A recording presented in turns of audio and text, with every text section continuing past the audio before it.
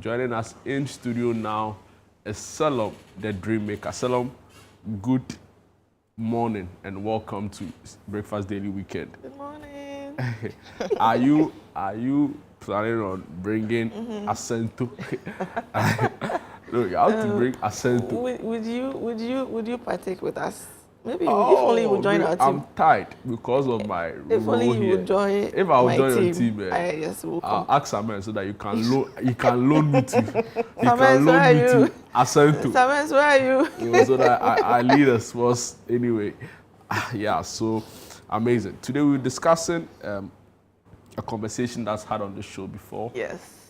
Decluttering your personal space. Yeah. Decluttering, right? Yeah. Because I think I remember you saying the last time that if a space is cluttered, you can't even think properly. So we'll continue from where we left off yesterday. Maybe you can remind us why is it very important to have a neatly organized space? I mean, well, like you said, this is actually part of the conversation we've been having for the past weeks now. But maybe I would want to ask a question rather. Why is it difficult for you to keep your space my organized? Space is organized. Are you sure? Yeah, what is preventing you? My space. Because I'm picturing. I don't want to picture something else. My space is organized. Are you sure? Yeah, and I know. I think that people, we live in a very fast-paced world right now. Everything is like, so what? Fast internet, fast food, literally. Everything has to be like. So people don't have time for themselves. Why? Why is that so? Why? Well, on one side, I think I get you. People don't have time for themselves anymore, especially in the urban spaces. Work, family, juggling. So, for example, imagine you have a family, you have a demanding job, you have responsibilities at church, you have responsibilities with a family, then you have to come back home to like children and a husband. But I also feel like we can make all the excuses to not arrange our spaces. Exactly. So it has to be a conscious effort, like you said the last time, and a habit learned that if I pick this from here and I'm done using it, I return it to that spot so that at least... It's easier said than done. It's not easy. Well, I think, you see, anything that's hard to do, human beings will find one way or the other, find an excuse for it. I mean, even if people were to find an excuse for sleeping, they would have even sleeping. Yes. And I know people even avoid sleeping. It's going to the night and sleep, but they will still prefer to work in the night. Yeah. You get it? One of my favorite John Maxwell quotes, right?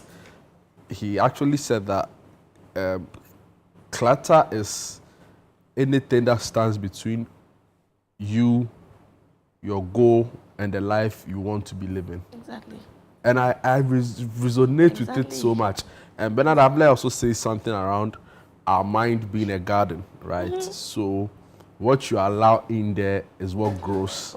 And it reflects on the outside. Exactly. So you need to be mindful of what you bring into your spaces or what you consume mentally, right? And you can extend that to say what you bring into your spaces. I want you to, today we're discussing practical steps, right? I'll be very grateful if you could be able to like itemize it. So number 1, do this. Number 2, don't do this. Number 3, have this, to make it more,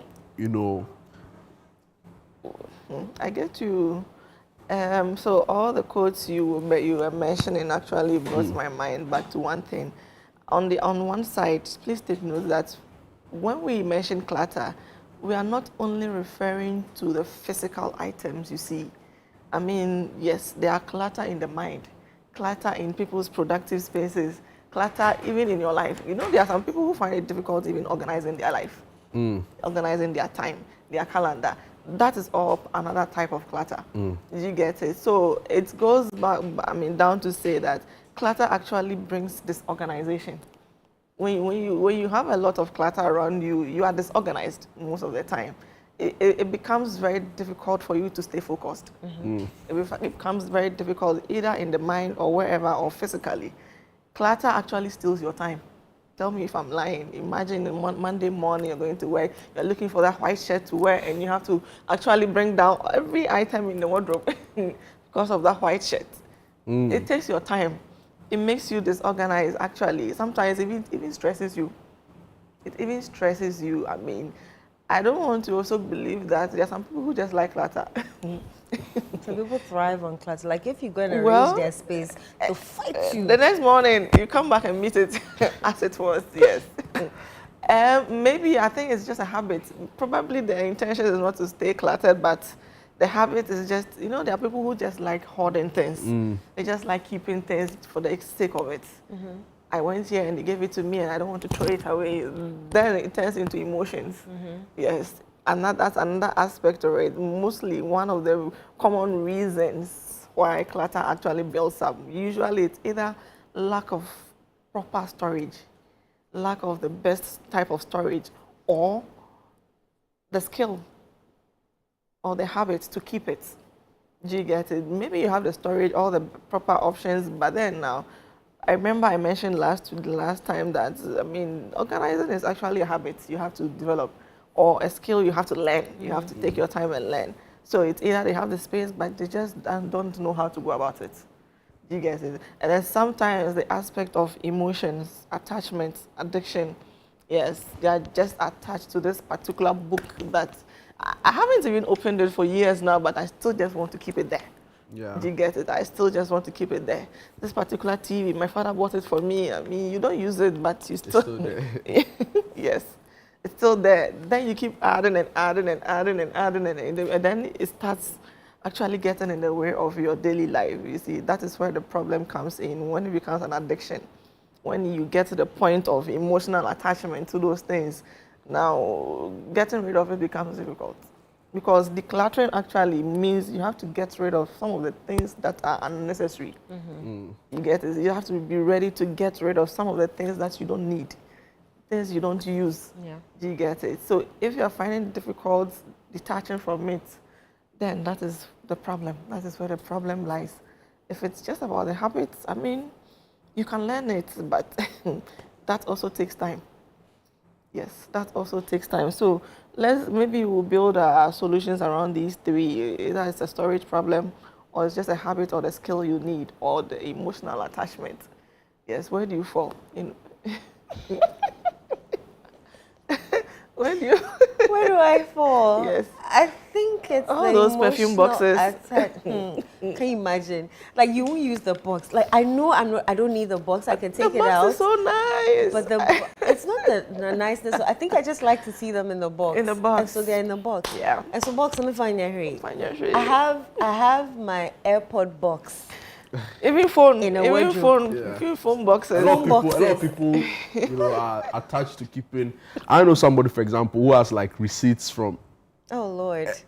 Anything you can imagine, Hey. he's paid for. He probably has a receipt. Or could you taxes? Well, I have no idea. We don't even, you know. My father used to keep Immediate for my father anything. used to be Some like of them that, are but even faded. You can't really see what's on it, but he keeps them anyway. He just like keeping records. My dad used to be like, There are people like that. He's a teacher, so he just likes Oh, I keeping can records. imagine. He's the kind of person, if you come to his studio, his study room right now, everybody's reports from primary school is still intact. Yeah. Oh, that's my mom.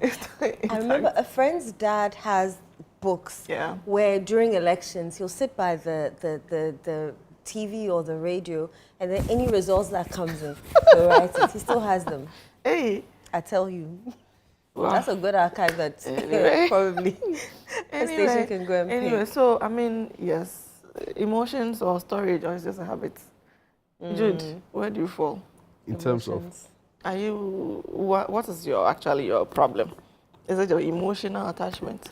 Or the habits? Or it's just storage you don't have? you say I'm blame my own trumpet, but No, blow it for us. We want to hear. He said he's very organized. Yeah, my space is quite organized. Okay, let's hope May so. I blame it on emotions, one, and then storage. I don't know whether the clothes are more than the storage, but the storage is not enough. That I can boldly say. Anyway, the storage is not enough.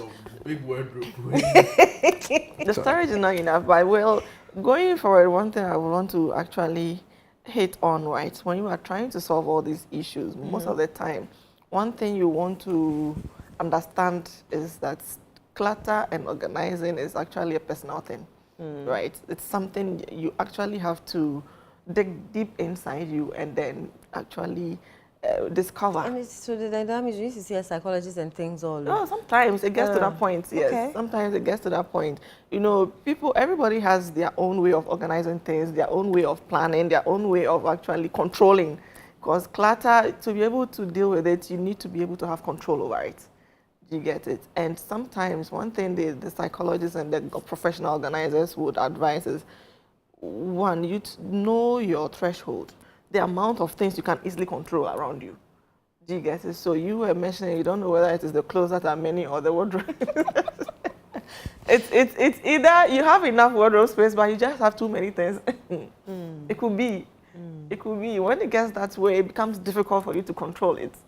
It becomes so, it's either get rid of those ones out. I told you the other time, since January to now, if you haven't touched it, you don't need it. You don't need it. Yes. If you haven't touched it, let's take that to all the other parts of the house. See, the thing is that what if you need it in You won't. December? You won't. You're always waiting for, and even with clothes, right? That is where it starts you're from. always waiting for like That's That where, occasion. exactly. That's To where wear it it. starts from. There are times where you actually need them.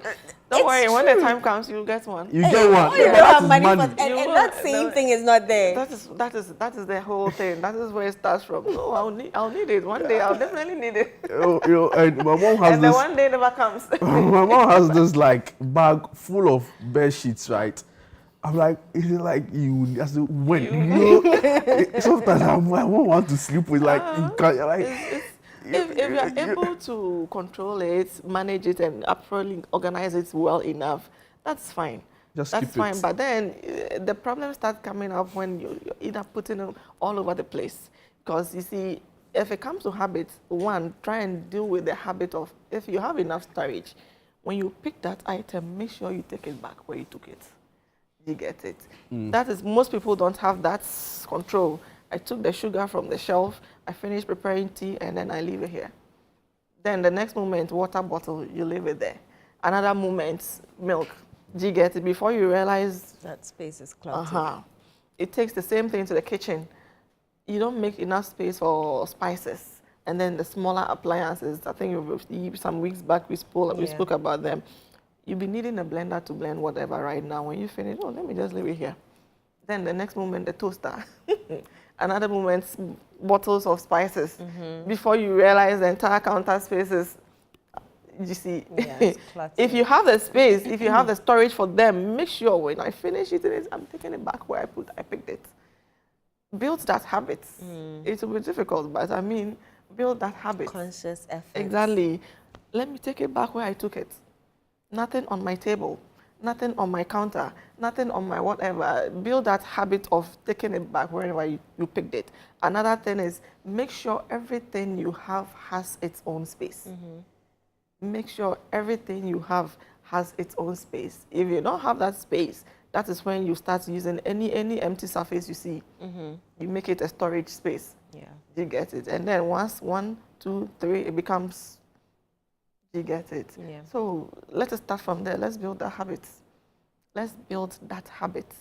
Another thing is when you are buying, remember, this thing I am buying, especially if you have enough already, this thing I am buying, anytime I buy one item, another one has to go. Another one has to go. It's easier again. It's easier No, said please, than done. please, no. If you start like that, I mean, Gradually. exactly. If not, because I'm very sure if I come to your They wardrobe, say it takes I'll see- 21 days to build a habit, right? Yes. So, It takes 21 days Yes. to build a habit. yeah. If I come to your wardrobe right now, I'm sure I'll see plenty T-shirts. Some you've never even worn for like a long time. What's But the you most keep common buying thing in T-shirts. in my wardrobe? T-shirts or socks Probably or trousers or a t-shirt. Even though I don't wear them as often see? anymore. You know, Because half of your time is spent here. You see? In you see. shirts. Wow. The next time you're buying another T-shirt, make sure another one is going out. that'll be hard. That'll be hard, right? Why? Why is it going to be hard? You know, but I know it's quite profound. Eno says that if you want to build a habit, you do it in 21 days. Yes, give yourself that time. Mostly, So you need to 21 practice and continuous practice. days. Yes. If you break it, that's it. Yeah. You can change what kind of habit? Any kind. Any. Start with the Wow. basics. Yes, make sure you stay consistent. How for about 20 character? Mondays. Character is I different. can't help I you. need some people to change their characters. What kind of character? Obusubanenye. What kind of Enye, character? nye, nye, What nye, kind of nye. character? Why also buy no alcohol? Anyway. Oh, Obusubane, okay. You Well, can, you see, in your opinion. I'm livable. You are livable. Yeah, So that means it's if you not, can't go on with me, I'm probably a wizard or a witch. Wow. Are you sure? Are you sure? Are you sure? Maybe there's also I think so. Anyway. So that t-shirt, like I'm saying, the next time you think of buying another t-shirt, you should by then actually thought of that one you are having to use for a long time now. That one is going out. Okay. If possible, also try and develop the habit of probably a dedicated bag or box, or anytime you think you don't need this thing, just put it inside. Anytime you think you don't need this thing, either in a wardrobe, in the kitchen area, or wherever, you get it. Develop that habit of always, because being a minimalist for me that's one of the things that has really helped me a lot. I'm always trying to avoid having too many things around me. Having too many things around me. This thing, I really have that emotion, but go. Go. I would keep it away from Did my. you develop this habit, or have you always been Not really. a minimalist? Not really. I think it's something I developed growing up after university. I started this whole interior design and minimalist decor, minimalist design. So that really has probably, helped. Yeah, it helped us. The table is for actually putting glasses on it. Avoid putting books and all over everything else on there. Do you get it? It's supposed to help you when you have a phone, when you have a glass, when you have whatever. So everything must have a place, a designated place. Thank you. And when you pick it from there, put it Take it back where you took it. And then yeah, some. I know, you start thinking, oh, I'm in a hurry. Oh, when I come back, I'll then put you it forget. Then you forget. You see, if you see these pictures, for instance, learn how to use tools and equipment that will help you stay organized. The picture the previous picture here was showing a tray with some organized items in them. That's one of the easiest in every aspect. Trays, we know, have always been used to serve food, right? Now, when you're decorating, when you're organizing, those are some of the easiest tools you can actually bring on board. Decorative trays. Yeah. If you think your coffee table has too many items, bring a tray and use the tray to organize them. You get it? So the tray actually makes it look like a whole instead of too many items split on the table. You get it? So in the bathroom, you have tea roll, you have a candle, you have this, you have this. Instead of scattering them all over the place, bring a decorative tray and then arrange them on it and then put it How somewhere. important is labeling in all of this? That's also another aspect. The last time I think I highlighted the idea of using transparent containers and jars to organize. It makes it look very minimal, and yes. Now the issue is some items in the home usually look similar.